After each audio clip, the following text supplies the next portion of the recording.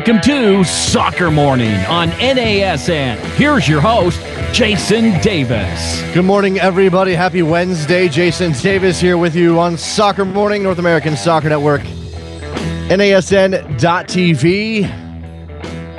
We come at you on the day after the United States started their warm-up campaign for the World Cup in Brazil against Azerbaijan last night. We will certainly cover that game in depth. John Arnold from Goal.com and American Soccer Now will join us at 11 o'clock to talk about that game from his perspective. He was there in San Francisco where it was blustery, where it was cold. Whether or not that had anything to do with the result, we'll find out. The first half hour of the show is going to be yours to talk about that game if you want it. I'm going to leave it out there. I'll open up the phone lines.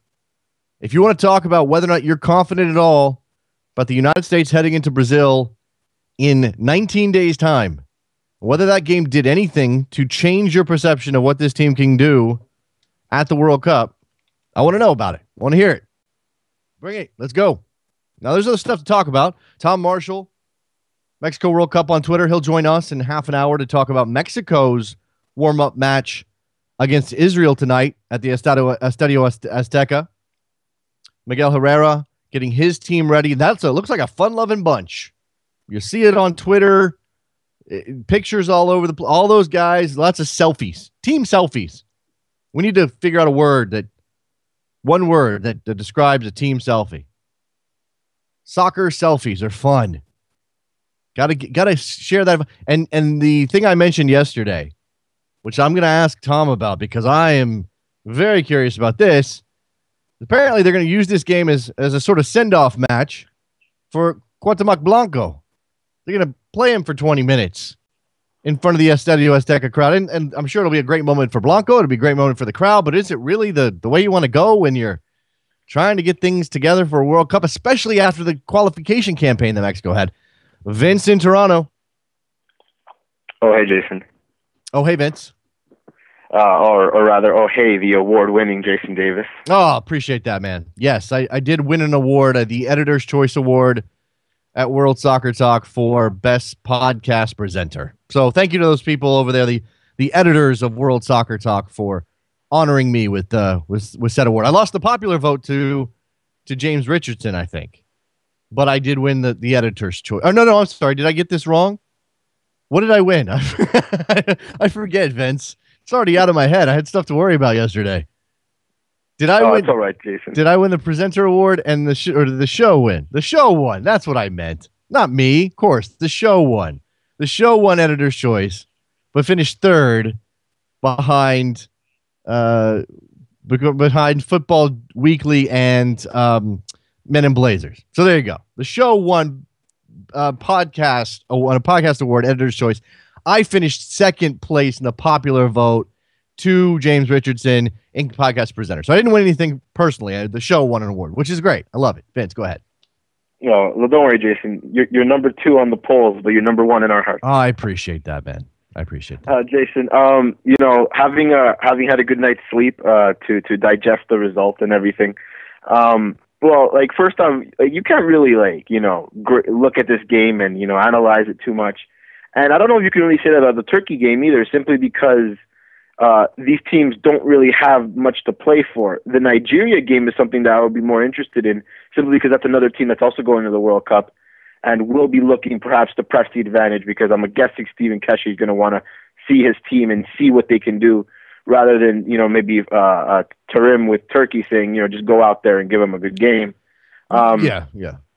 There's a number of interesting things, and I'm starting to reach the conclusion that the U.S. team is odd, for the lack of a better word. Okay.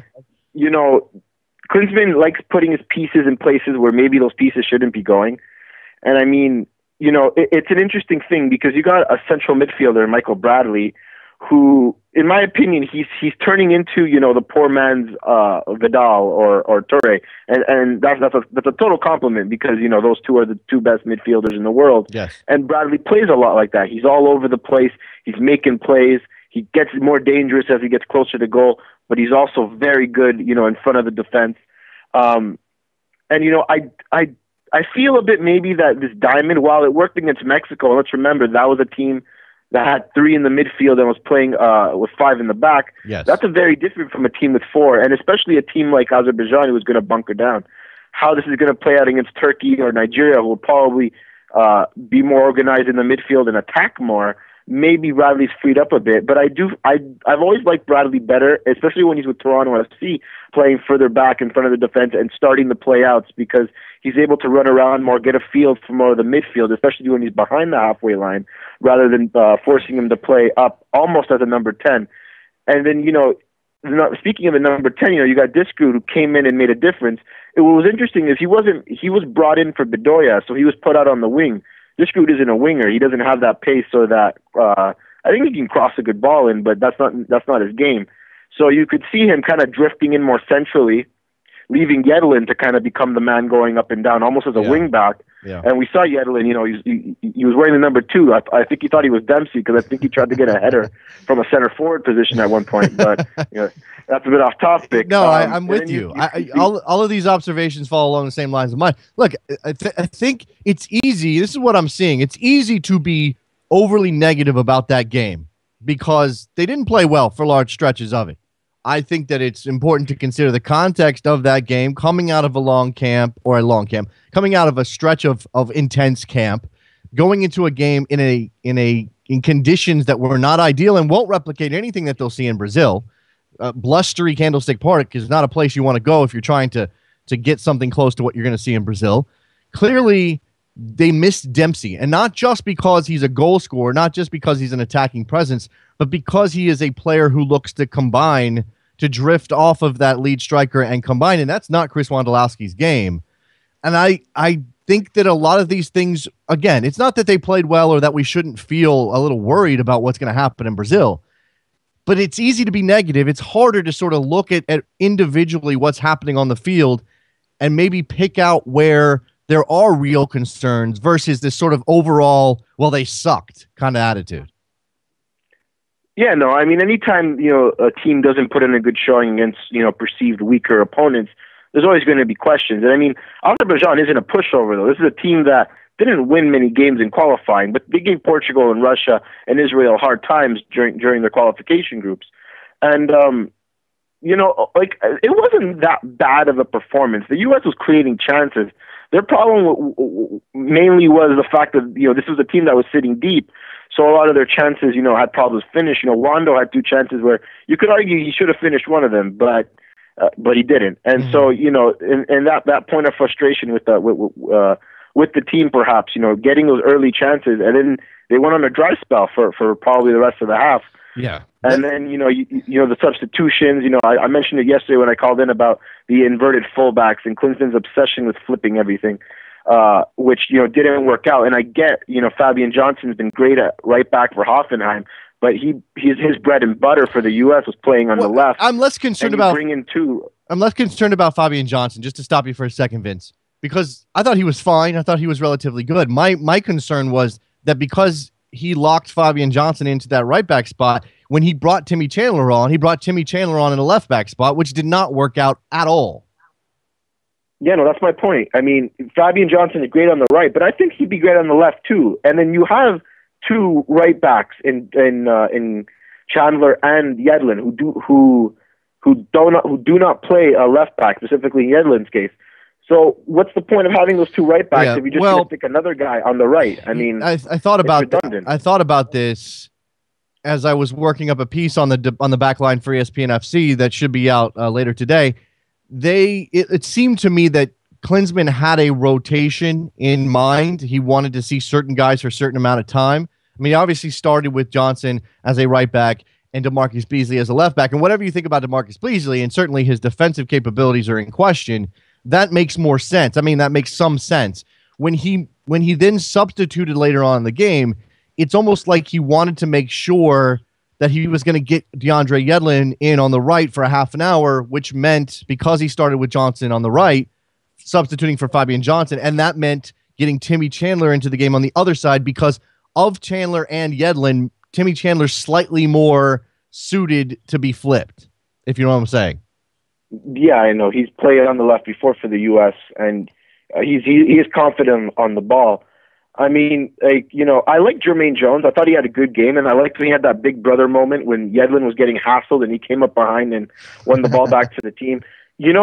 I see the contrast, and I see where Beckerman and Jones are both useful. Against Ghana, I can see I see Jones being the guy because he's more athletic. He'll track back. He'll win balls back. He'll do that dirty work.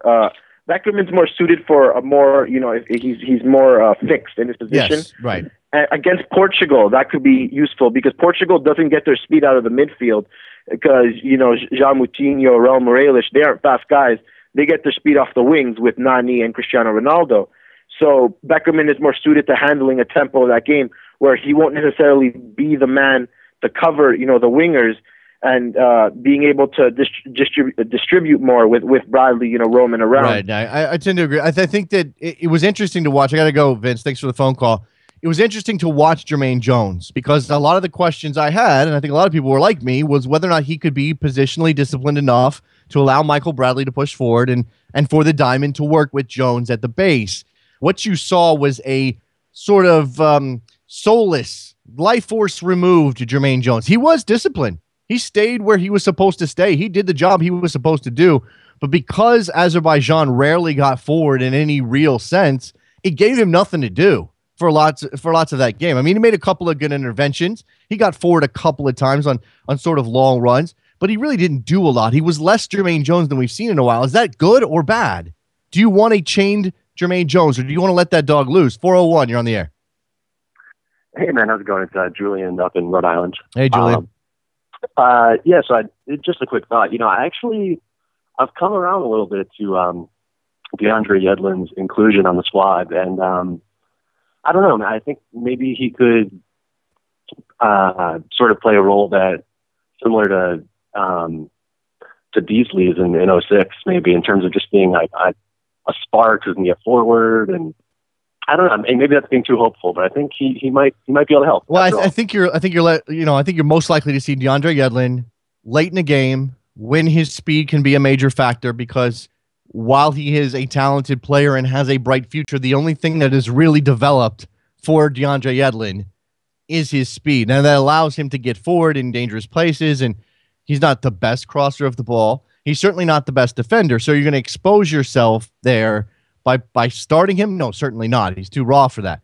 But you could see him as a substitute. Now, what role does he play as a substitute? Is he going to come off? Is he going to play as a right back? Are you going to put him in and let him bomb forward from that position, which obviously requires some adjustment of tactics for everybody else already on the field? Or are you going to play him, as was sort of mentioned, as a super sub at the right side of midfield because he can cover the whole flank from that position and you still have cover defensively? I don't know. He obviously played right back last night. But there's a host of questions coming out of this game against Azerbaijan. And I will say this, because I was underinformed, but going into this, a lot of people thought, all right, 4-0. I may have mentioned it on the show yesterday. What is your expectation? What will get you to a point where you feel confident about the place the team is right now? Would 4-0 do it? Well, it wasn't 4-0. It ended up 2-0. And over the last 2 years, the only team to score more than 2 goals in a game on Azerbaijan was Portugal. And they scored 3 goals. So it tells you, and they've had some decent competition in that mix, including Portugal in another game. So it tells you that Azerbaijan, friendly or not, whatever, is a difficult team to score on and break down. And this is pretty standard around the world now. You are of lesser ability. You don't have the quality of players to go and take the attack to the other team. You sit back. You wait for your chances. You capitalize on mistakes. And that's the other thing that came out of last night that I think is going to be troubling for people. The back line, we're talking about DeAndre Yedlin at right back. We're talking about Timmy Chandler at left back. We're talking about Fabian Johnson. We haven't really touched on those center backs yet. And while I thought Jeff Cameron was fine, in fact, I don't know that I noticed Jeff Cameron for the first half. Matt Beasler was a different story. And it's not that Matt Beasler failed in his defensive responsibilities. It's that when Matt Beasler had the ball at his feet and was forced to make a decision of where to go with it, he made poor decisions. He made bad passes. At one point, I think it very early going, maybe inside of the 10 minute, he made a terrible pass that ended up on the foot of an Azerbaijani player and resulted in Tim Howard's only save of the game. The only time that Tim Howard was called into action in any real way was on that giveaway by Matt Besler deep in his own half. You can't give the ball away there. Now, people on Twitter immediately want to jump to, well, that's a goal against anybody in the World Cup. Well, maybe, maybe not. But the point is, you can't put your goalkeeper under that pressure by giving away the ball in that position. Bill Reese on Twitter, did the U.S. learn more from an underwhelming 2-0 win than they would from a 6-0 drubbing? Maybe. Maybe. I do think that they learned some things about how that system is supposed to work. But again, troubling for a lot of people is, why do you play Azerbaijan, who is not going to be anywhere near what Ghana or Portugal or Germany is going to present? None of those teams are going to sit back like that. Now, you could argue, and you'd be going a long way for this argument, but you could argue that maybe late in the game, with a goal lead, protecting a draw, somebody in that group bunkers in, and the United States is forced to break them down in order to go get a win or a draw if they need to advance. Maybe this was good practice in that regard. But again, no Clint Dempsey. Scratched as a precautionary measure with some soreness in his groin. It's just a smart move. You don't risk Clint Dempsey just to get him some reps on the field. But the lack of reps could be a problem. You got two more. You've got Turkey coming up at Red Bull Arena on June 1st. And you've got, which is Saturday, I believe. And then you've got, or is that Sunday? Which day is that, Trevor? And then you've got Turkey. I'm sorry. That's Turkey at Red Bull Arena. And then you've got Nigeria in Jacksonville. So you have two opportunities. Sunday is that game. So that's what I thought. 363, you're on the air. Yo, what's up, Jason? It's Roby calling from Budapest, Hungary. Hey, Roby. What's going on in Budapest? Oh, nothing much. We got some sunshine and storms at the same time. It's pretty sweet. Is Budapest jazzed for the World Cup, Roby? Or is it, Hungary's not in it? Their glory years are long in the past. How does Hungary feel about the World Cup? That's a really good question. It's not as crazy as it would be if we were in it, obviously. But certainly everybody really likes Brazil. I don't know what it is about Brazil. And actually, there's a bunch of the Erasmus Study Abroad program just cut a huge deal with Brazil specifically. So there are tons of Brazilians here as well, which is quite interesting. And as a matter of fact, Pele came here to the Tesco. It's kind of like a Costco department store type thing. Mm-hmm. And he did like a marketing campaign a few weeks ago as well here. So they're really pumped about Brazil in general. So we're definitely excited, but not as much as it would be if we were playing in it. Well, I guess then my question is, I'm sure you have other thoughts that you'd like to get to, but hey, I don't get to talk to somebody from Hungary every day. So I'm going to ask you, where is the Hungarian program and how close are they to qualifying for, they got Euro qualifying coming up? Yeah, great question. I appreciate it. I'm actually from LA and my parents are Hungarian, so I came over here for a little bit. Right. But so I'm all about the US, but I also, of course, would love to see Hungary get back into it because my grandfather went to like the glory years when Puskás was playing, in -- my grandpa went to a few of those games and stuff. So Hungary at the moment is like, it's quite frustrating because Euro, World Cup, and Euro, or maybe it was like World Cup, Euro, World Cup, the last three cycles, of qualifying, we had Netherlands in two of them. And then in those same years, we also had Denmark and or Sweden in both of those. And you know how it's the first one and then the second place goes to a playoff. And we were in third each time. And then in another one, it was like Netherlands, Denmark, and Sweden, and Portugal, or so. It was something absurd, or like three of the four teams that I mentioned were in the same group as Hungary, and we still managed to get third each time, and it was very close and very heartbreaking. So I feel like it could happen at some point, but it's pretty far behind, to be quite honest. Yeah, it doesn't look like Hungary's exporting many players these days. I wonder if that's part of it. We'll see what happens with Hungary. All right, so to the United States, because you're American. I know that's why you're calling. We're talking about the USA-Azerbaijan game last night. First of all, did you get a chance to watch it from Budapest? No, unfortunately not. I even set my alarm at 4 and I heard my alarm and somehow I didn't get to, turn on my laptop and stream it. So I was planning on it, but it didn't work out. But happy to see that we won, of course. I haven't even seen the highlights yet. But what I wanted to ask you as well was kind of I know that I listened to a couple of your shows as well before, like the weekend one with Jared. Yeah. And I know it was all about Donovan, so forgive me. But Sure. I kind of have like a tricky, interesting thought. Like, what if Klinsmann is so sneaky that he's telling young 18-year-old homeboy, can't think of his name. Julian Green. Green, right? Yeah. Is he telling him, like, all right, listen, the day before we actually fly down there, you're faking an injury and we're calling Donovan back in?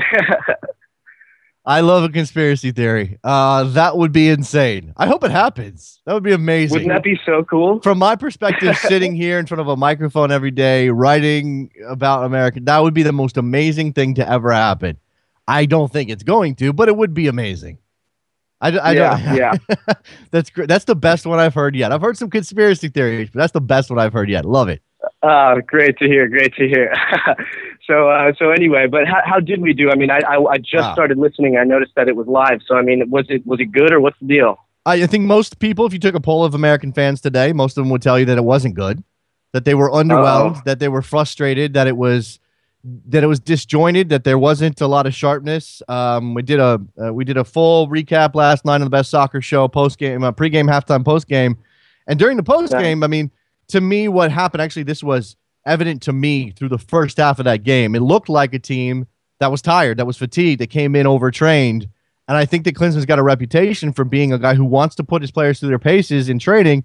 But when you come out of a camp like that, when you're intensely training for 12 or 13 days, I can't imagine you're going to be at your best when you take the field in a more intense environment. Because whatever you want to say about training, you can't replicate the same atmosphere of even a friendly. And yes, there were only 26,000 people in the building or whatever. It's still, it's still one of those situations where this isn't quite the same. They have to work as a unit, and it did. It looked disjointed. Questions over whether or not Bradley and Jones could work together. I thought they were fine, except for the fact that neither one of them looked particularly sharp. Jones better than Bradley last night overall over the course of 90 minutes, but he had less to do, and Bradley just wasn't. He wasn't on. His passes were off.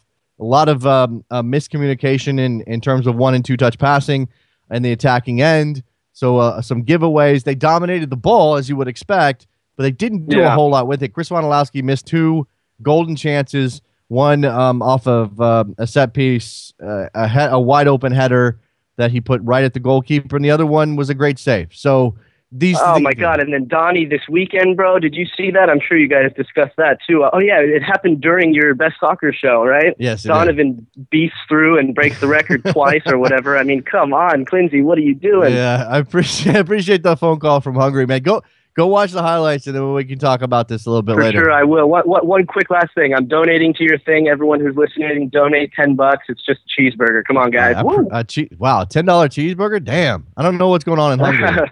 Or LA for that matter. A deluxe cheeseburger. A deluxe cheeseburger. Appreciate Thanks the comment. for the time, Jason. Appreciate it. Later, Roby. Roby from Budapest, Hungary. Very nice. Or in Budapest. Obviously not necessarily Hungarian by origin. All right, we've got a couple minutes here until we grab Tom Marshall to talk about Mexico's game against Israel tonight as they start their preparation for the World Cup. How does look, I'm not one to say that the United States should always be measuring itself by Mexico, especially when they're not playing each other or they're not heading into a tournament where they're likely to face each other. And let's be honest, the United States is very unlikely to face Mexico in this particular World Cup. But I will be interested to see the reaction tonight if Mexico goes out and plays well against Israel. And I'll be interested to see what the reaction of the crowd is at the Azteca if they don't. Because this is a team that has been had so much turmoil over the past year or so as they step into the fray to get ready to go to Brazil. And very smart people will tell you Mexico more likely to advance out of their group than the United States, certainly based on the competition within their group. I think that's true. But can Mexico flip that switch, get ready for this tournament, show something tonight at the Azteca? We'll get Tom Marshall's take on all of this. And again, that fun-loving vibe coming out of the L3 camp. How exactly is that being fostered by Miguel Herrera? Where did this come from? Everybody's having a good old time in Mexico camp. Fun. Also tonight, happening now, happening on Wednesday, rather, U.S. Open Cup 3rd round is happening tonight. Got a lot of games between USL Pro teams NASL teams. These games will determine who goes on to play the MLS clubs as they enter in the fourth round. A couple of the highlights, you obviously have that Cosmos Brooklyn Italians game, which will determine who goes on to play the New York Red Bulls. Big sort of talk around that game in sort of a New York soccer context. Obviously, everybody would love to see, everybody but Brooklyn Italians fans and their players would love to see the Red Bulls and the Cosmos scare off sort of for an imaginary New York trophy that doesn't exist. And yes, the Red Bulls have the bigger payroll, despite the fact the Cosmos have spending power, et cetera, et cetera. So there's a lot of anticipation for that game as well. For that game, we've got the Richmond Kickers against New York Greek to go on to play the New England Revolution. DC United is going to get, I saw this in a press release, the Rochester Rhinos. I believe they beat Reading United last night. I think that game happened last night. San Antonio Scorpions against the Rayados. I can't say that word. Again, to go on to face FC Dallas. Sacramento Fresno Fuego to go on to face the San Jose Earthquakes. Fort Lauderdale Strikers and Laredo Heat with an opportunity to play the Houston Dynamo. Pittsburgh Riverhounds, RWB Adria to go on to face the Fire. LA Galaxy 2, Los Dos, and PSA Elite with the opportunity to go face the Sounders. Wouldn't a Galaxy second team game or a reserve team game against the Sounders in the U.S. Open Cup be fun? I think that'd be fun. I mean, certainly the Sounders would be massive favorites, but wouldn't it be amazing if the Galaxy reserves pull that off, that upset?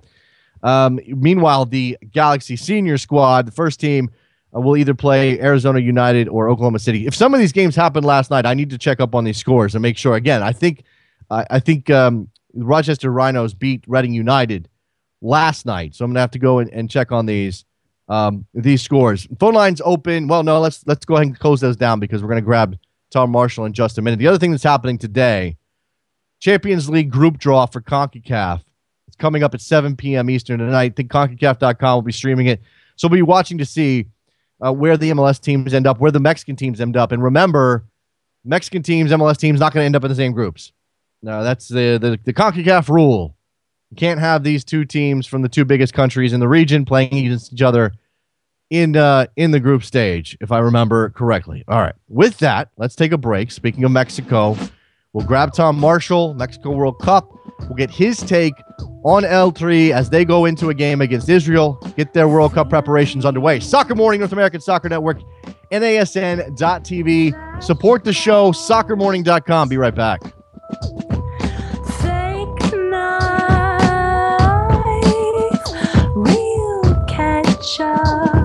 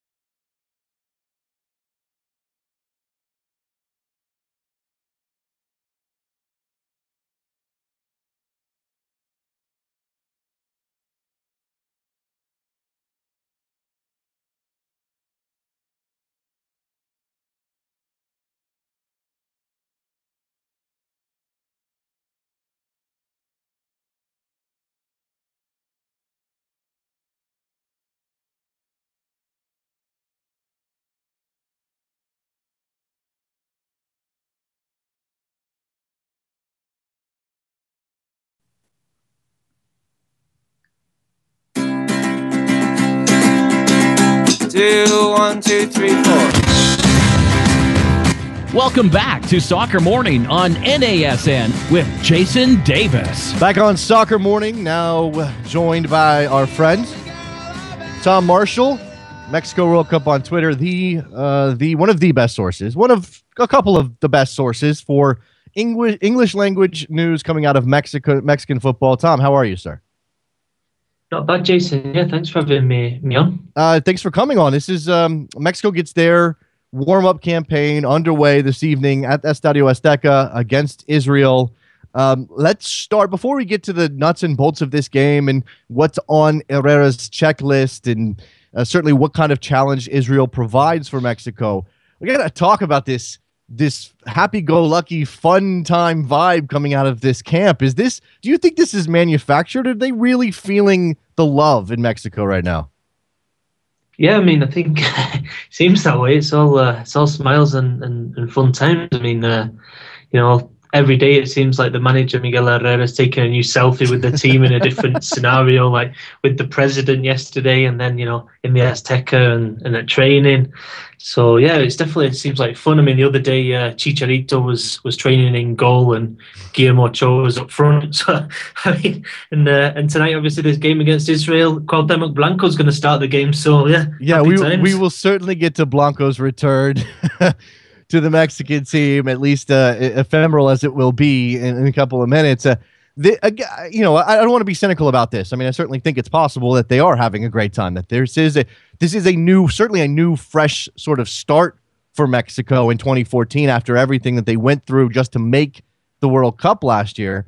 And I suppose that Herrera, this is quality big picture coaching from Herrera to push away all of those negative vibes, and whether or not he's making progress tactically, structurally, in terms of how they'll play in Brazil.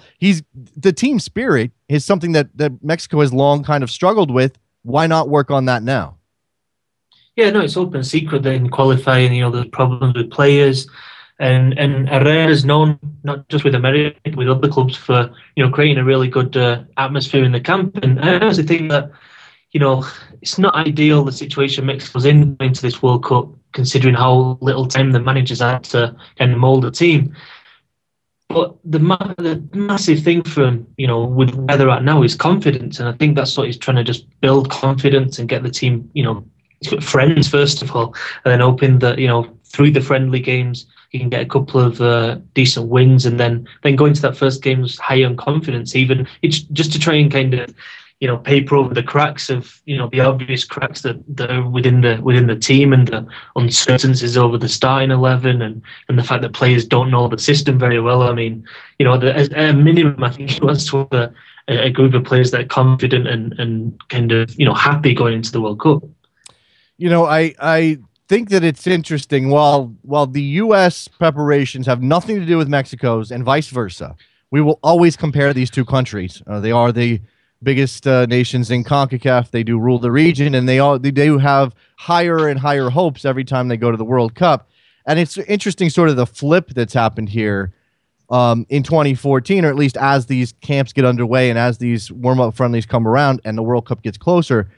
In Mexico, Herrera is fostering this positive vibe and taking selfies and having a good time, and seems to have the full respect of his squad. Meanwhile, in the United States, Jurgen Klinsmann is creating, we don't know if there's discord in the locker room, Tom, but there's certainly got to be some question over his decisions, particularly to leave out Landon Donovan. And I wonder, again, not to equate the two necessarily, but is Miguel Herrera, when he takes this team to the World Cup, is that going to be the thing that drives them forward more than anything else, or is it going to be the talent? Is it going to be the system?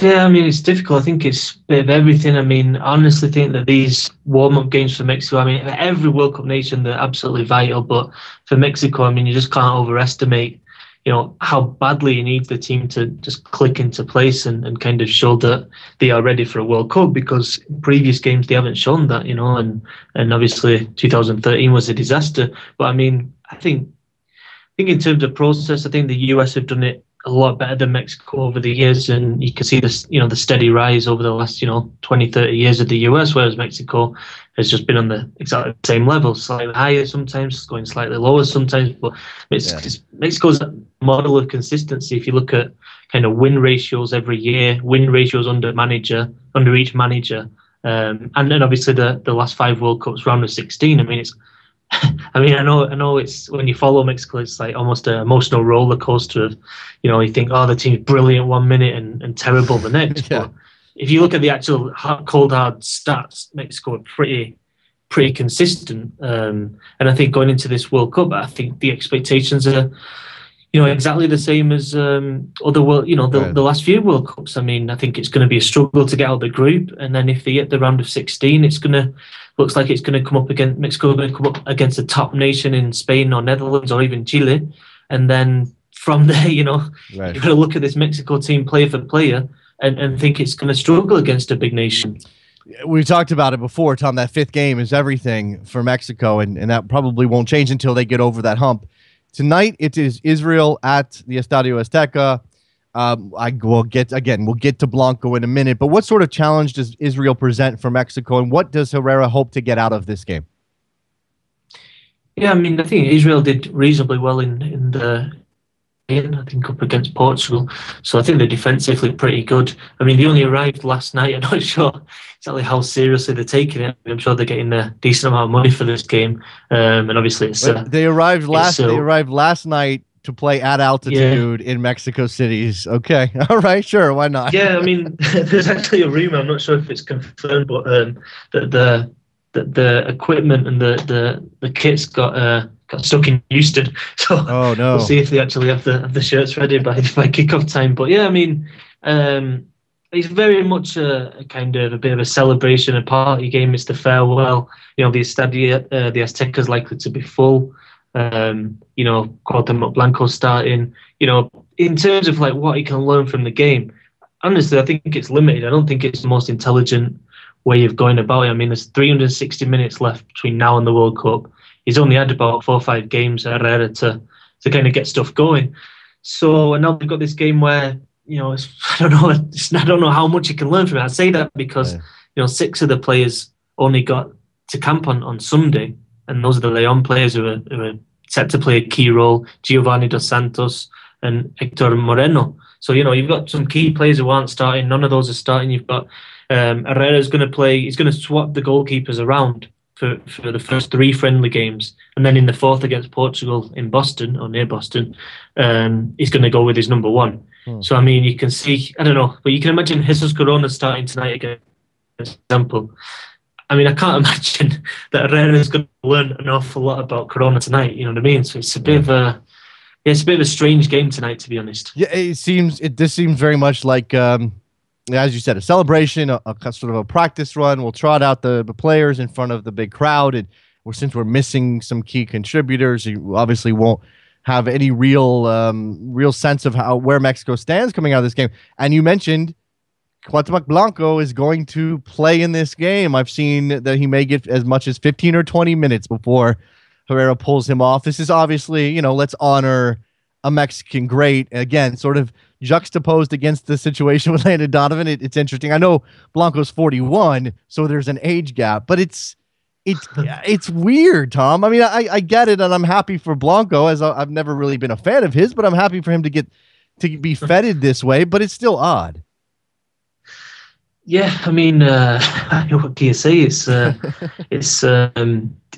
slightly strange. I mean, I think, I think probably one of the main reasons is ticket sales, because obviously Israel's not a nation that's going to, attract a big crowd. It's, it's not, they don't have known players here in Mexico. So, I think one of the reasons, wheel out Cuauhtemoc Blanco, and all of a sudden, especially the America fans here in Mexico City, a lot of them will buy tickets for the game, and he will make it exciting. He's going to get the ball and do something, he's going to do something crazy. He doesn't know it. I mean, that's what he's always been like. But I think the whole atmosphere in Mexico at the minute is just, I mean, it's pretty incredible to see it and see just the whole kind of machine, kind of marching forward towards this World Cup. I mean, yesterday the team went to see the president in the national palace and, handed over the flag. And it's like, it really is like proper pomp and like, it's almost like celebratory already. I mean, this is before the World Cup. So it's slightly strange. But yeah, I mean, it really is kicking into gear now. I mean, in terms of the atmosphere, the adverts, the promotions, and obviously this game against Israel tonight with Cuauhtemoc Blanco there, that's going to be the final farewell. And, it'll be another one of those occasions with the Olays going round from, imagine the first minute, Is the celebration of the team around the country and visiting the president and all of that, is that a function of the struggle last year? Sort of, let's all breathe a big sigh of relief and actually celebrate our team a little bit before they go to the World Cup, and because we don't know what's going to happen there. No, I mean, it's very Mexican. Okay, I'm not gonna lie, it's fair definitely enough. a very Mexican thing. I mean, happens before every World Cup. But I mean, I think it's. There's a documentary about the Mexican national team recently called Ilusión Nacional, and the director, he said behind the Virgin of Guadalupe, the national team probably the number 2 institution that's followed by Mexicans. You know what I mean? So you can imagine the importance of this national team, not just to people, but politicians. I mean, it's really important for politicians to get the national team in there. It's good for their popularity, and then they make a speech and they're all over the press, and it makes them look good. And I'm not taking sides in terms of politics because every president does it. So yeah, I just think it emphasizes just how powerful this and how much this team means to Mexicans in general. So essentially, what we've determined here, Tom, as far as I can tell, is that we're essentially going to learn nothing from this game tonight. We will learn absolutely nothing. There's no reason to analyze the result at all. Mexico could win 5-0. They could win 1-0, and it really doesn't have any bearing on what this team will do. And if I'm not mistaken, they get back at it with I suppose, their first serious friendly on Saturday. Is that correct? Yeah, against Ecuador. Yeah, I mean, obviously, the players, who were getting the chance tonight, big opportunity for them. And, Chicharito's starting on the bench, but if he can come on and get a goal or two, obviously that's massive for him. He's not had playing time for Manchester United, so he could really do with some confidence. You've got players like Brizuela who are going to start. Isaac Brizuela from Toluca. It's big for him. In defence, they've got Salcido and Mascherano. Both are in need of a good game. So yeah, I mean, there are certain things I just can't imagine those type of players like starting in the World Cup. You know what I mean? Sure. And then you got Blanco as well. Well, maybe he can stake a leg claim. It'd be amazing if Blanco has scored 3 times and set up 3 more goals and somehow made the squad. That would be amazing. Yeah, no, I'll tell you what, he was asked the other day in a press conference, Blanco, he said, do you think you've still got you would still have something to give this World Cup? Do you think you've still got gas in your tank? And he was just like, I mean, he paused, you know what I mean? And he was like, I don't know. I mean, but it was just interesting that he couldn't say no. He just couldn't let himself do it. I mean, he's still playing at this point, and it's sort of astounding that he just keeps going and going and going. All right, so we have sort of established that Mexico's having fun right now, at least as it relates to camp. They've got their full complement of players just in. Most of those won't start. You've got a couple of players who can build some confidence this evening, potentially against Israel. And, in a way that although I think too much is being read into the American game against Azerbaijan last night, in a way, what you're talking about here is the first game out of the gate. And again, they're as far as I can tell, the Mexicans have 4 on their schedule rather than the Americans 3. You can slowly build this up and give the opportunity for some of these substitutes, reserve players to grab a little bit of confidence against a weaker opponent before you really start taking this seriously. Yeah, no, 100%. The other thing is probably fitness as well. I mean, some of the players have had a week or 2 off, so they'll be get some minutes under the belt. But yeah, exactly. Tom Marshall, Mexico World Cup on Twitter. You should definitely be following him for everything about the Mexican national team and Group A. I mean, Tom's obviously going to be on top of Group A with Mexico in there. And I guess before I let you go, Tom, I don't know that we've talked about it recently, and this is obviously going to change. The best part about doing a daily show here is that we can sort of track how these teams are trending as they get closer and closer to their opening game. Mexico opens up with Cameroon, the second day of the World Cup. Cameroon on paper, the weakest team in that group, an opportunity for Mexico to really start their campaign well. How important is that game? And does the whole tournament hinge on that game, or can Mexico get enough out of Croatia and wow Brazil to progress? Yeah, no, you have to think that game against Cameroon. I mean, just 3 points are absolutely vital. I mean, the thing about Cameroon is, I mean, people are saying, oh, they're not that good, but you look at how many players they've got playing in like decent to top European leagues, and you get an idea that if they can get it together, it's not absolutely no walkover. Now, I think Brazil's obviously a world power, but even Croatia, I mean, Mexico can't get hold of Luka Modric in midfield, and you can see a player like him just absolutely dominating. Right. So that game against Cameroon, it has to be 3 points. Obviously, anything can happen in a World Cup, but if you don't get 3 points from that game, then I think you're really struggling. World Cup rapidly approaching. Tom Marshall again, Mexico World Cup on Twitter. Go follow him. Do it right now. Appreciate your time as always, Tom. Thanks a lot. Enjoy the match. Thanks, Jason. Keep up the good work. Enjoy the match from the stands tonight. Cheers. All right, bye. There goes Tom Marshall, our friend down in Mexico.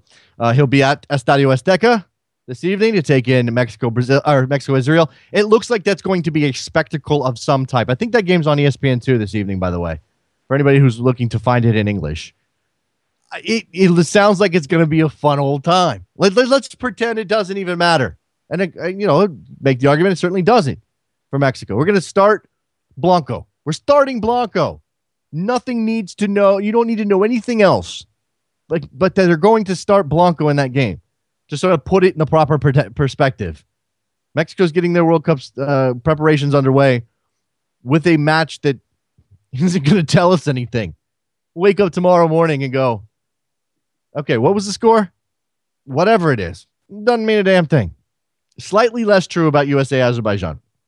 And perhaps slightly less true about these other warm-up matches that are happening around the world as teams get ready for the World Cup. You have teams really getting it into gear now. This is not necessarily about identifying your best players, your top 23 players, or the 23 players who make for the best team. This is getting them on the field in some combination, maybe continuing to collect data about them, continuing to evaluate them as the process continues. And this is the thing about Klinsmann I think is worrying, is when you watched that game last night, you saw that first 11, you could imagine that starting 11 might be the starting 11 for Ghana. You could imagine that. So all of those guys make sense on some level. He has continued to show commitment to Marcus Beasley at left back, despite the fact that's not his role. I mean, it's not his natural position. You could obviously see Fabian Johnson starting on the right, Zusi, Bedoya, Bradley, Jones, Dempsey, and Altidore. Now, Dempsey ended up getting scratched, but the guys that were on the team sheet, you could imagine that being the starting 11 against Ghana. Maybe not in that formation, but certainly with those names. And yet, he made all 6 of his substitutions. He made several changes at halftime. It looked like he was still trying to determine, at least in the back line, who his best guys are, who his best combination is. Now, the permutations mean he's not going to be able to see them all. He needs to settle on this. Are you moving on from Omar Gonzalez? And now it's Jeff Cameron's job? Okay, let's see that. 45 minutes in the first game. I suppose that's enough. Jeff Cameron probably needs to get 90 minutes against Turkey. Tay, you're on the line. What's up? Hey, how you doing? I know U.S. fans weren't too happy about the game last night, but I'd just like to say at least you guys won 2-0 yesterday. Korea lost to Tunisia 1-0. Okay. I didn't see that coming, I can tell you that. Yeah, what was the expectation for South Korea going into that game today? Hoping, at least that's what we're going to win. I didn't see it coming. I didn't know anything about Tunisia. Only thing I know about Tunisia is that showers were filmed there, but basically, I just didn't see it coming. Apparently, we were kind of pressing. They just did a lob pass over and beat our defense and scored a goal, and just couldn't do anything, break their defense down. Did you watch the game, or were you not able to? No, I watched the second half, hoping they'll make a comeback, but obviously didn't do it.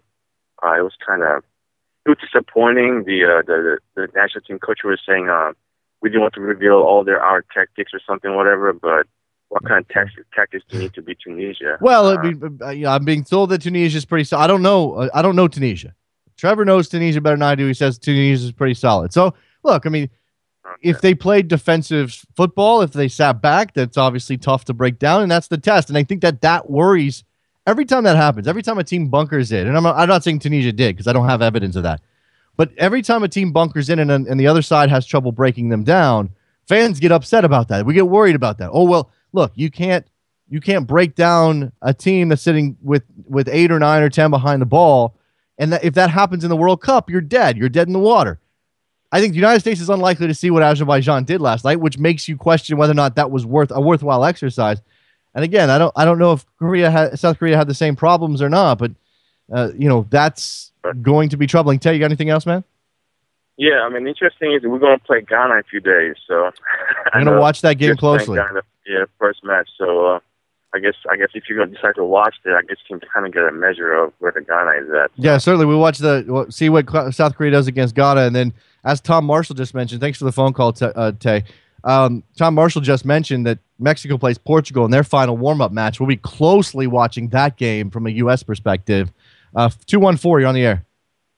Hey, this is Daniel in Dallas. I try not to be a Josie apologist because a lot of his struggles over the past year were self-inflicted. Okay. But I think he gets a lot of abuse from fans that he doesn't necessarily deserve.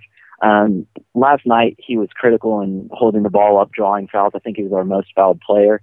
Did a lot of unsung work. Didn't look that great in the final third, but we weren't creating a lot of chances for him either. I think a lot of people that complain about him are the same ones that were saying he'll never score for the national team 2 years ago when he first really started to get it going for AZ. Right. But he couldn't get off the bench for Hercules Gomez for the Nationals. When we play teams like Portugal and teams like Germany, there's going to be times when we're pinned in our own half. We're going to end booting the ball downfield, and we're going to need somebody like Josie to chase that ball down, win the header, keep possession, and draw a foul. I think if you look at our roster, who else is there that can do that? Yeah, Clint Dempsey. That's why he's in the game from a size perspective. The problem and the strength perspective. But the problem you have with Josie is, and he can be good at that task on the day, but there are times when his first touch completely deserts him, where he's beaten for balls in the air that he should not be beaten for. When he's, there's just not enough consistency with it to make you feel 100% comfortable. I think he does enough to be better than anybody else could be in that position. But that's not going to fill us with confidence. I mean, he's the best of a bad lot. It's essentially what we're trying to say here. I think he can be strong enough in that role. I don't know that he was last night. And I think it was interesting to watch him drift wide in the second half in order to pick up balls and face up defenders, which I think Josie feels more comfortable, obviously, with facing goal than he does with his back to goal, even though he's big and strong. It's not necessarily his game to be the target forward. Oh, I completely agree. I just think that, so many people want to throw in Johansson up there. And you look at how Johansson played last night, he played a lot like Dempsey played. Well, that's because Josie was still in the game at the time. I don't know that you can argue that Johansson is going to replicate what Josie might do if they're playing together. I mean, what I'm saying is, if you set out your lineup and you said, Aaron, go do this job, I don't know how he'd do. I mean, I think he'd be okay at it, but that's clearly not what he's built for either. I mean, you want to get Aaron Johansson in more space. You don't really want him with one-touch layoffs. You want to be able to get him moving. Yeah. No, I agree. I think you summarized it perfectly. Josie's the best of a bad lot. I think he gives us the best shot, but he still scares me going out there, even though I'm, here defending him. Yeah, absolutely. So, anything else? Just one last thing. How about Brad Davis justifying his inclusion? Thought Brad Davis looked good. Did exactly what he was supposed to do. Yeah, I thought Brad Davis looked pretty solid. I mean, I think it was interesting to see him trying to work with Timmy Chandler on that left-hand side, because Timmy Chandler is very right-footed, seemed to be a little awkward, but Brad Davis did his job. Certainly, that wicked left foot is an asset when you get set pieces, and he made it. He made it apparent why he's on this team. Not just for the set pieces, but that's the thing that he does better than anybody else in this team.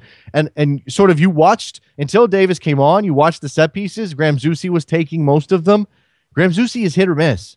He can hit one, maybe 1 out of 5 are a really great ball. The rest of them leave you wanting. And that is going to be a problem at the World Cup if you don't have somebody on the field who's going to take consistent, excellent set pieces. Michael Bradley can do it, but I don't think his balls have the swerve or the dip or the sort of mystery to them that you would get off of a Davis ball. Yeah, I agree. Anything else, Daniel? All right, man. Appreciate it. Daniel in Dallas. Appreciate the phone call. I'm looking at these warm-up results. I mean, these friendly results. And not that this excuses anything from the U.S. perspective, but everybody sort of struggles a bit coming out of the gate, getting their warm-up campaigns underway, except for France, who destroyed Norway 4-0. I didn't watch that game. Norway was apparently making some inroads, but when the scoreline reached 4-0, that's domination. Good on France. Armenia and UAE 4-3. I just saw that score. Japan beating Cyprus 1-0. Are the Japanese freaking out over the fact that they beat Cyprus 1-0 in a friendly on Tuesday as they head into a World Cup? Maybe they should.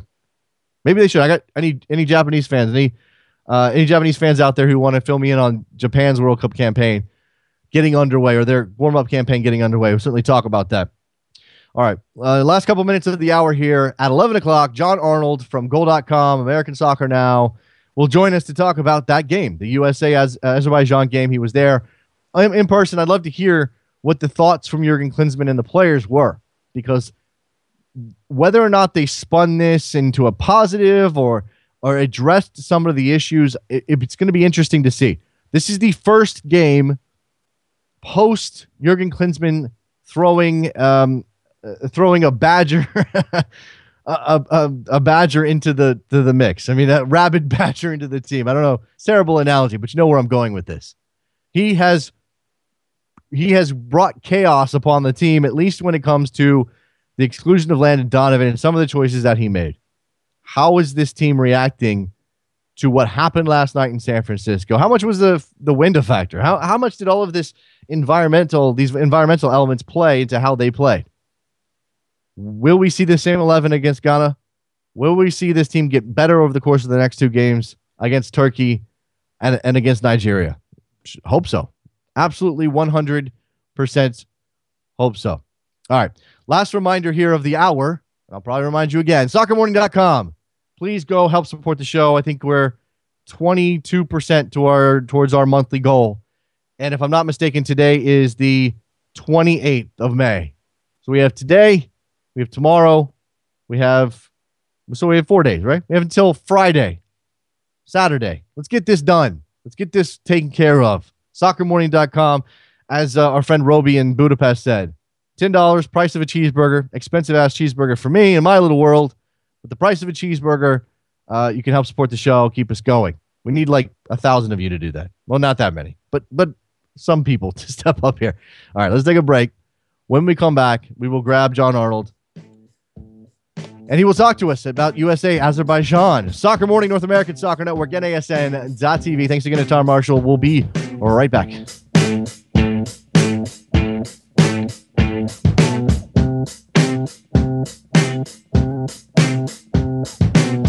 I turn my camera on.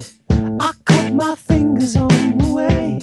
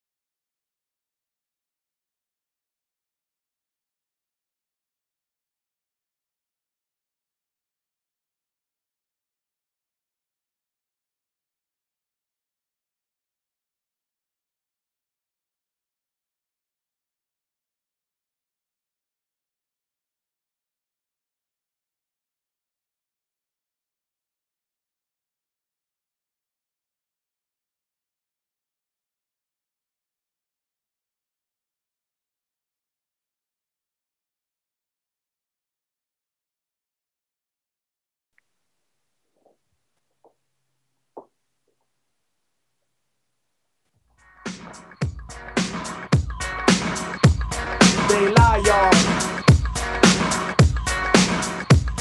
Here comes my boy. Welcome back to Soccer Morning on NASN with Jason Davis. We turn now to a man who was there at Candlestick Park, San Francisco, California, United States, Azerbaijan, Mr. John Arnold from Goal, from American Soccer Now, from the World Football Phone-In on the BBC.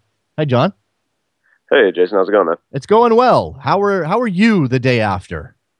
Oh, it's always an adventure of, chatting with players after and then working until, 2, 3 in the morning, then popping up and chatting with you. I'm waking up. Early wake up call. So, for John. I'm excited to be here and looking forward to sharing some insights. All right. Well, look, I've sort of talked through some of the themes. We've taken some calls from some people. I think that the response, at least on Twitter, and this is just the most obvious place to get the pulse of the fans, was largely negative. That this was not a good performance from the United States. I think it's hard to sugarcoat it in any particular way, but I wonder if there's a context here that may bring some people back from the ledge. John, is there any reason to think that what we saw last night is not illustrative of something that might happen in Brazil?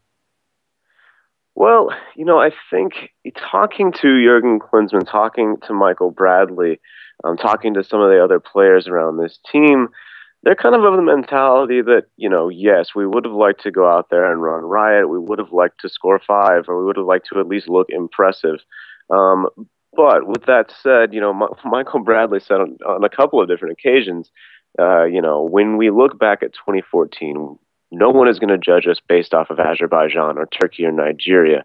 These are games that we need to get together. We need to see what works. We need to see how we can build cohesion. So Jurgen, it was kind of funny because obviously he can give some quotes that you're kind of wondering if that's exactly the word he was looking to use. Right. But he said, everybody was fine. Everything was fine. And I think that's a kind of fair summation. Yeah, the attack looked pretty poor. Some things didn't work. Most players, I would say, didn't impress. At the same time, they did get a result. And, you look at some of the other teams who are preparing for World Cups, and, with a couple of exceptions, there's not really that many teams that are running riot on their friendly opponents right now either. Yeah. After a long week, and, so I think maybe that's where you take positives or at least don't panic yet. Yeah, I mentioned that the Japan beat Cyprus 1-0. I wonder if they're panicking in Japan right now. Yeah, I know Korea lost to Tunisia. So Yes. Yes. There are different results. And how much can you read into those results? Because managers are still trying things. So if you want to look at it in a positive light, that's where you go. Is there anything to the theory that this team came in with heavy legs after training as intensely as they did for a week and a half? I think there is. You look at Clint Dempsey's late scratch with the groin injury, and it's something that, they said, yeah, he had it in practice. It's fine.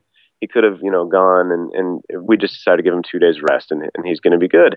And so I think that's a factor there with the work. I talked to a couple of players who said, yeah, we've been working hard, and this is where we thought we would be. But we just knew after, getting in shape and everything that this game would come, and we wouldn't necessarily be as sharp as we're going to be in Brazil. So, it was kind of funny because I wasn't impressed at all with the performance. And I don't think, as you mentioned, I don't think many fans or observers will be. But the team didn't seem worried. They said it's a very windy night at Candlestick. They said we're coming off tough weeks of preparation, and we're still getting things together. So, fans are going to panic, and that's understandable. But the sense that I got from the team was either they were putting on a very good front or they're not worried at all. Yeah. Interesting to hear. I think that there is a list of reasons why this game didn't make a lot of sense, especially in retrospect. Now you look at it, John, they played it in a cold, windy environment at Candlestick Park. They played a team that sat back and defended first and foremost, something none of the group opponents are going to do.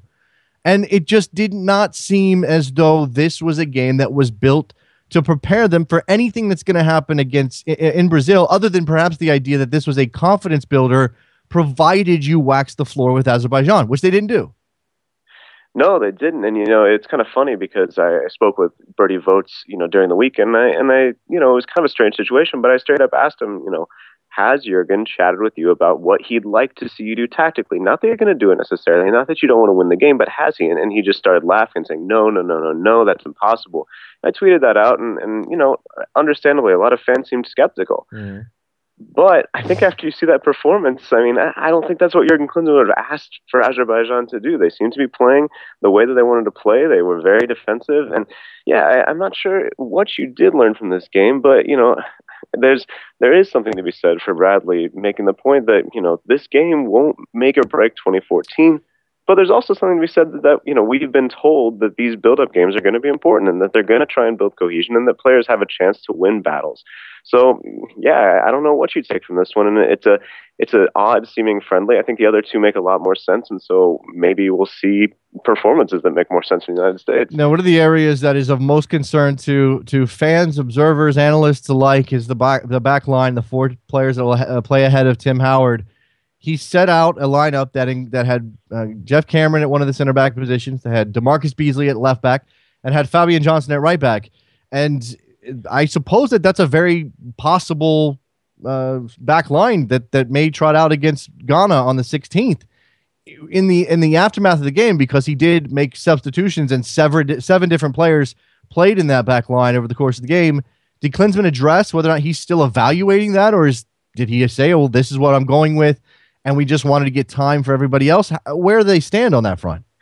He said before the match that with backline in particular, he was going to be giving players opportunities during the send-off matches. He said that, we are going to make our 6 subs in this match, which they did, and he said we're going to make them earlier than usual, and they did that as well. They kind of locked in, and they made their final substitution with, I think it was in the 70th minute, so, with 20 minutes and stoppage time left.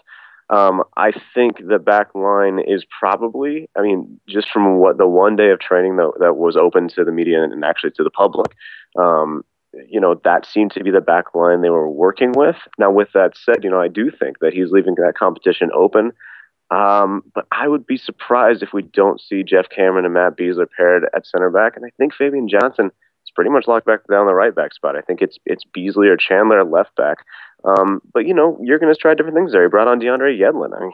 That wasn't something that I was really expecting to see. So I think it's definitely not open competition, open season for the back line, but I think it's a race. Give me your thoughts on Fabian Johnson at right back, which is fine. He's played there in Germany. He's played there for the United States, in fact. He's done a yeoman's job in that position. We know he's a dynamic player, gets forward, good defender, solid defender. But to have Timothy Chandler, it may be DeMarcus Beasley in the end, and that opens its own questions against world-class opponents. But to have Timothy Chandler playing on that side, a player who's very right-footed, you're not going to get anything in terms of crosses from the, all the way to the, you're not going to get crosses from his left foot is what I'm trying to say. You're going to have to play him inside, tucked inside of whoever's playing on the left side of the midfield. How is that going to work if he does end up saying, let's go with Timmy Chandler? I don't know. It's an interesting question. I guess, to some extent, it's the left back position is something that the United States manager has been trying to solve since, a long time. Time immemorial. It's anyway. I don't know. It does seem odd because you see Johnson wanting to get, although he is right-footed, his left foot is also very strong. And you see him taking balls on that foot. You see him in training drills where it's like, okay, you have to shoot this with your weak foot. He's one of the best players on the team with his opposite, and you do wonder why that's the decision that Jurgen has gone with. And maybe we see Johnson get some opportunity at left back in these next 2 matches, but for whatever reason, Klinsmann seems to be wanting to play him there. Johnson said, I've played there in all 3 scrimmages that we did. He went out there. Obviously against Azerbaijan, so it seems like right now Jurgen Klinsmann, for whatever reason, sees him as a right back. He just wants to invert everything. Invert it all. Just invert. Josie will probably be a decent keeper against Ghana, so you can't get too upset about it. Well, okay, that's a good segue there for Josie Altidore and his performance. As always, and I think this has been true of his club campaign, although you can't argue he was good at any point, the argument is whether or not he was as bad as people wanted to make him out to be. And I think last night, in a lot of ways, kind of the same sort of thing. Was Josie Altidore absolutely terrible, or was he sort of okay? Was he competent? What did he do the job Klinsmann would want him to do in a World Cup match? I don't know where that stands in terms of what you saw in person as Josie, did struggle to find a shot, struggled to create chances, struggled to score a goal, but did some of that hard work again. Yeah, I mean, I thought he had an okay match. There was a little confusion after the match because things happened pretty quickly after the game and in the press box and everything. But apparently, what we were told by some members of the U.S. Soccer spokespeople was that Josie Altidore is the official man of the match. Now, I haven't had time to check that or figure out exactly what that means. Is that just a sponsor deal? Who picks that? I don't know. But apparently, at least in the news conference, Jurgen said, Josie was good. I was happy with what he did. I know that he's going to have to keep getting in a rhythm, but he's given me signs that he's already put, Sunderland behind him. Michael Bradley also, so he was asked about Josie and said, I thought he did really well. There was one play in the first half where I thought Josie did, a really good job of doing kind of what you want to see, especially in that 4-4-2 formation. He took a pass, I believe it was from Johnson, held up the play, laid it off for Bradley, and Bradley had an opportunity off that. You want to see more of that, and you also want to see more shot opportunities. It didn't feel like he really had that many chances to get in, but when he did, he didn't make the most of them. He shot a couple over the bar. So, I mean, I think the concern is understandable from fans, and I think he's a player that you want to see get a goal against a team like Azerbaijan so he can start scoring, so he can score in the next match. But it wasn't meant to be, but it seems like Jurgen Klinsmann and the rest of the team are still okay with it. They get goals from Mix Diskerud and Aaron Johansson, the two substitutes, the two Scandinavians on the team.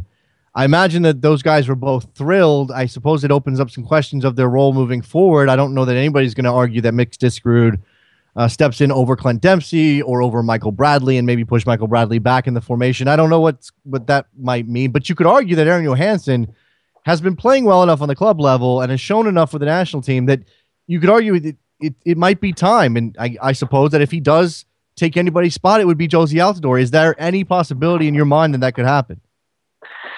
I think we'd have to see a lot in these last two matches for that to happen. I just don't think that Josie Altidore is going to be supplanted there. And it's kind of understandable. I mean, Josie is a talented player, as we all know. It's just he has not been in good form for a very long time. I think one of the interesting things yesterday that kind of occurred to me is, we always ask this question. For some reason, we have this question that we go back to is, okay, we're down 1-0 and Jurgen looks to his bench. It's, who is he going to send in there? Johansson is the perfect answer to that question for me. He's been electric when he comes in. So I think having him as an option off the bench is something that's intriguing to Klinsmann. I think when Johansson has gone the full 90 in the national team shirt, he hasn't been as energetic. He hasn't been as electric. So I'd be surprised if we see him make a switch. Another option, if you point down the bench at the World Cup and you're looking for something different, you're looking for a dynamic player, one of those options is Julian Green. He's on the roster. Why not use him? We didn't see him last night. Now, that was the lowest intensity of the three matches they're going to play leading up to Brazil. Is there a likelihood we're going to see him against Turkey or Nigeria, or is this mostly along for the ride? I'm not sure. I mean, you'd think that you'd want to see him at the very least, because he is on your roster. And what was the point of calling him in and having this guy who's, I don't want to say a total enigma because the coaching staff has seen him, but as far as public-facing performances, we've seen, half an hour, a little bit more of Julian Green. So I think you look at the friendlies and you say this is the easiest one. Maybe give him the opportunity in this game. But I think Klinsmann was also pretty set in his pattern of trying to get the three guys that he brought in at halftime and trying to tinker with the back line, as you mentioned. So I don't know. I mean, it would be surprising not to see him play and just to see him sit the entire time. Who knows? Who knows what Jurgen Klinsmann is thinking with that one? Did Klinsmann address the formation? Did he address the diamond coming out again after the Mexico game where it was sort of unveiled as something to try? Did he talk about whether or not this is what they're going to do or where it fits in whatever scheme they have for the World Cup? He didn't address it specifically. Of course he didn't, because he's Jurgen Klinsmann. I wasn't. Well, and to be fair, it was he was very long-winded last night. So he was given some questions about some kind of general things and talked for several minutes. And you only have a limited amount of time, and people are on deadline trying to work their story angle. And so we didn't get as much into the mind of Klinsmann as we would have liked to. He didn't address it specifically, but it seemed like he again was accepting of the performance, not concerned by the performance, but not enthused by the performance. And I think it would have been a weird situation if he came in, even though they won 2-0, if he came in acting like, okay, looks like we're going to win the World Cup, that wouldn't be the proper posture to take. But I think not trying to read the mind of Jurgen Klinsmann, which I've learned is probably the best posture to take. I'd be very surprised to see him use this formation in Brazil now, especially after you saw it not produce the dynamism that it did against Mexico. Part of the thing that I think we're forgetting about that 4-4-2 against Mexico, yes, it looked good in the first half, but Jesus Zavala from Mexico, the holding midfielder, was just abysmal in that match. It was one of the worst performances I've ever seen from him. Just a very poor performance. And I think that might be, part of the reason that Michael Bradley, a talented player, was able to do it as well as he was. I'd be surprised if we see it, just because I think you want more steel in the midfield against all three of these teams. Maybe it's something that he continues to experiment with in these friendlies, but I just think it's tough to see him doing that in Brazil after yesterday's result. John, are you saying, and I'm going to put words into your mouth and you can take them out if you want, but are you saying that it would be suicide not to play two holding mids against at least Portugal and Germany? That's probably somewhat fair. I think it would be it's going to be a tall task, and I think especially with the talent and the depth that you have at that position, while you do have a flexible, versatile Michael Bradley, and I thought Jermaine Jones did really well, staying at home, playing that role in front of the center backs. I think you want a little more cover against some of the better attacking teams. So I would not do it. If I was the manager, I would go back to the 4-2-3-1. I'm going to call. I'm not. Go ahead. Sorry, I didn't mean to cut you off. I'm not the manager. No, you're not. No, thankfully you're not. Thankfully, neither am I, John. I think we both agree on that. I am going to call that Jermaine Jones that we saw last night, chained as he was to that spot, playing the six, whatever you want to call it, in front of the back line at the bottom of the dot. I'm going to call that zombie Jermaine Jones, because he didn't seem to have the same kind of verve he usually does. Maybe his legs were heavy too. I'm sure that's possible. But it just didn't seem, with the sort of the positional discipline that was required of him, he didn't get to be Jermaine Jones last night, John. No, he didn't. But part of that was also, while the U.S. attack wasn't able to do anything, it wasn't like Azerbaijan was like rushing forward or anything. He didn't have a lot to do. He didn't have a lot to do. Yeah, he wasn't called upon as much. So, I thought he played well. I think Jermaine Jones is a very good player. I think he has to be in your starting 11 at the World Cup. I know a lot of people don't feel that way, and I guess I get that, but I thought he was good last night, did exactly what he was asked, and maybe you get in that formation and he does start to venture forward a little bit more. I don't know, but I think I think Jermaine Jones is a good player, and I think he showed that last night, and I think he deserves to be in the starting 11. So it's on to Red Bull Arena to face Turkey on Sunday. A much more important game, and they will get continually more important as they go down the line here. There's only two of them left before the biggest game of the year for the United States. I suppose that it's almost impossible to know what Klinsman's thinking, so we don't really know what to expect out of that game. If you were going to put money on it, though, John, do you think we'll see the same starting 11, or will he make a change in some place for that game against Turkey? Go ahead. I think after the game last night, I think he has to do something different. Like I said, we don't know what he's going to do, but I think when you see these matches take on the importance, Azerbaijan, as you mentioned, Jason, weird game, weird decision to schedule that friendly, but then you have, games against Turkey, a team that's a quality opponent, and then Nigeria, who's going to the World Cup, who they're going to use this kind of, this is how Ghana is going to kind of play. Bertie Votes said they're very similar teams. That's part of the reason that we're going to play them. These matches are so much more important, and I think you're going to see Klinsmann really try and figure out what exactly do I want to do with this team in Brazil. So I think you'll see some changes, and I think you'll continue to get a better indication of exactly what he's going to do there in June when they line up against Ghana and it all starts. John Arnold, John on Twitter. He is at Goal. He is at American Soccer Now. He is your CONCACAF expert on World Football Phone-In, which I enjoy every single time. John, appreciate you getting up early and talking to us this morning. Thanks so much, Jason. I hope I could wipe enough sleep out of my eyes to make sense, and we'll talk to you soon. You did great, buddy. I'll talk to you soon. See you, man. There goes John Arnold. Good stuff from him. He was there at Candlestick Park for USA Azerbaijan. We have done that game. That game is past now. It's done. Let's put it behind us. You will see some stories today. You'll see continuing analysis. You'll see my piece on the defensive changes and the back line, the rotation, and substitutions and everything that Klinsmann did last night. You'll see that at ESPN FC. You can read it if you want. Please do. It would make me look good, obviously, if you do. But we need to really move on from this game in terms of the U.S. preparation. They've got a bigger challenge coming up against Turkey on Sunday.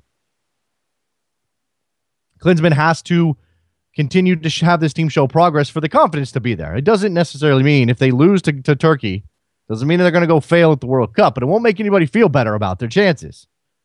Well, it needs to turn up. They need to turn up the volume on this a little bit. Now, their soundtrack needs to get better as well because, all right, we talked about this. Lupe Fiasco named the official music director for U.S. soccer during the send-off series for the World Cup.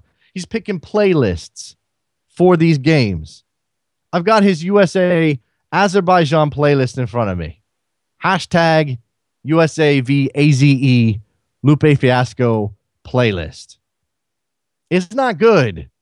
I mean, I respect Lupe Fiasco as a musician, but I mean, we start off with Sirius by the Alan Parsons Project, which is that song you know as the Chicago Bulls intro song, which is just played out as sort of the build the tension song. We've got let's see, Stronger by Kanye. Just kind of trite, easy. Couple of Lupe songs, fine, put yourself in there. Frantic by Metallica. Not Afraid by Eminem. Really? Blitzkrieg Bop by the Ramones. I mean, this is like a Jock Jam CD from 1997. That's what this is. It's Jock Jams. Seven Nation Army is the closer on this playlist. Come on, Lupe. Do a little bit better. It's got to get better, right? It's got to get better. Got to get better. Maybe it's the quality of the opponent. Maybe that affects the quality of the playlist. Azerbaijan, not all that great. So this playlist, not all that great. Let's step it up a little bit. Let's do that. We got a couple minutes left. I'll take your phone calls if you want to get in. 347-756-6276. You can give me your final thoughts on USA Azerbaijan. You could touch on some of these other friendlies that are happening around the world as teams get ready for the World Cup. We certainly talk U.S. Open Cup, which match you're looking forward to most tonight. I don't know how many of these are being streamed. I think I saw our friend Josh Hackler saying that not many are being streamed tonight. So we'll be looking for that, scrambling to find those streams. You have MLS tonight, Chivas hosting Portland, and you have the Canadian Championship, Toronto and Montreal, in addition to that Mexico-Israel game. So there's plenty of soccer for you to watch tonight. Plenty of soccer to consume, to analyze, to look at. Again, the World Cup is rapidly approaching. For the United States, it's 19 days away. For Brazil opening up the tournament, it's what? 15 days away? Yeah, 15 days away. Brazil and Croatia in Sao Paulo to open up the World Cup. It's coming. It's right here. It's happening. And you're all excited about it. I know you are. Dr. Hoosier backing me up. Jason on calling out Lupe Fiasco for his Jock Jams playlist. Love it. Step your game up, Lupe. There you go. We need to get this trending somehow. Step your game up, Lupe. What we do need to get trending is hashtag SM Forever, which is the Keep Soccer Morning Alive hashtag. If you're listening to this show today, if you enjoyed this version of the program, if you enjoyed yesterday's version of the program, if you enjoyed any version of Soccer Morning ever, and I think we bring it pretty good every single day. We're not taking it easy like Lupe Fiasco. We're not just taking an easy way out with some of these songs. Now that would be a good song, actually. Easy way. No. We are putting this together every day for you. If you enjoy the program, please, soccermorning.com is where you need to go to support us. Hashtag SM Forever. If you want to share this on Twitter, it's never going to trend. It's fine. Just help us out. Spread the word. Let people know that if they want Soccer Morning around, we need your help. And that's just the bottom line for us here, the reality of the situation. We are listener supported. We are working hard to make that so that in the future it won't be necessary. But for the time being, we will exist in a world that doesn't seem to want to support this show from a business perspective. It just is. We're working on it. We're trying to educate people, bring people around. The more of you who step up and support us and rate us on iTunes. And I don't know, what else can they do? Trevor, give me an idea. Rate us on Stitcher. We need some Stitcher ratings. I'm pretty sure, right? 22% of our goal. Excuse me. We've met 22% of our goal as of the 28th of May. So we don't have much time left. And don't let the fact that we might not get there stop you from contributing if it's in your brain at all, if it's in your head. And honestly, I will love you forever and ever if you set up a recurring subscription contribution. That would be the most amazing thing possible. All right. So we've had quite a show today.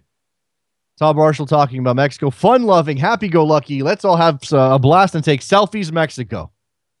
Who's going to start Cuauhtemoc Blanco in an international friendly tonight at the age of 41 in front of what I'm guessing is probably going to be a sold-out crowd at the Estadio Azteca. Tom did say that bringing in Blanco may have been about ticket sales. So maybe they won't fill the entire place up. It does seat 100,000. But there'll be a pretty good crowd on hand to witness Blanco get one more run out with L3. Maybe this is what Landon Donovan deserves at some point. Right? So we wait until Landon Donovan's 41, bring him back in for one more go-round.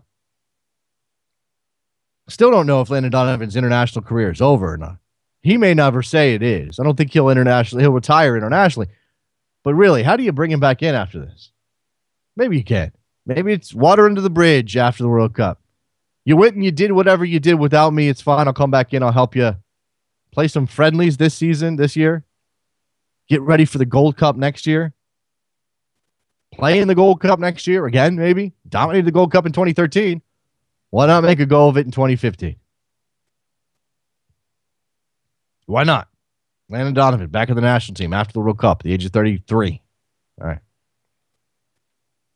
Speaking of that man of the match thing that John Arnold was talking about, seeing this tweet from Simon Evans. Budweiser, man of the match last night was Josie Altidore. Voters must have been drinking something much stronger than Bud. Not sure how Josie was the man of the match. That was a major surprise to me. I don't think he was terrible, but he was far from the man of the match. Absolutely far from the man of the match. All right. So in addition to all that soccer you got to watch tonight, you also have the CONCACAF Champions League draw, which I think happens at 7 o'clock, streamed on CONCACAF.com. So keep an eye out for that as well. And an issue that I want to get into when we have time, maybe tomorrow.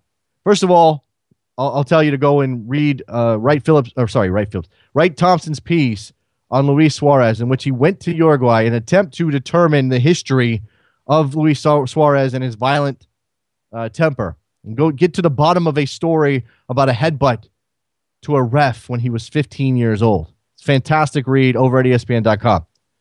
Also, the other thing that I'll mention here, and again, hopefully we can talk about this more in depth either tomorrow or Friday. It looks like Italy is going to abolish their shared ownership system. And if you don't know about this, we will do our best to sort of explain it in layman's terms. Essentially, what it means is two teams have an interest in a player. There is a partial ownership on each side. Those two teams have to come to an agreement over how best to sell the player, develop the player. Eventually, there can be a bidding process in which sealed envelopes are used. It's fascinating stuff. Only Italy does it. Apparently, they're being asked to abolish it, and it's going to go away. And we'll talk about the pros and cons and whether or not it's sad that Italy is getting rid of their shared ownership. All right, that's going to do it. One more time, soccermorning.com, soccermorning.com, iTunes, ratings and reviews, Stitcher, give us ratings over there as well. Follow us on Twitter, @soccermorning. Thanks to Tom Marshall. Thanks to my man, John Arnold. And we will talk to you guys tomorrow. All right, later.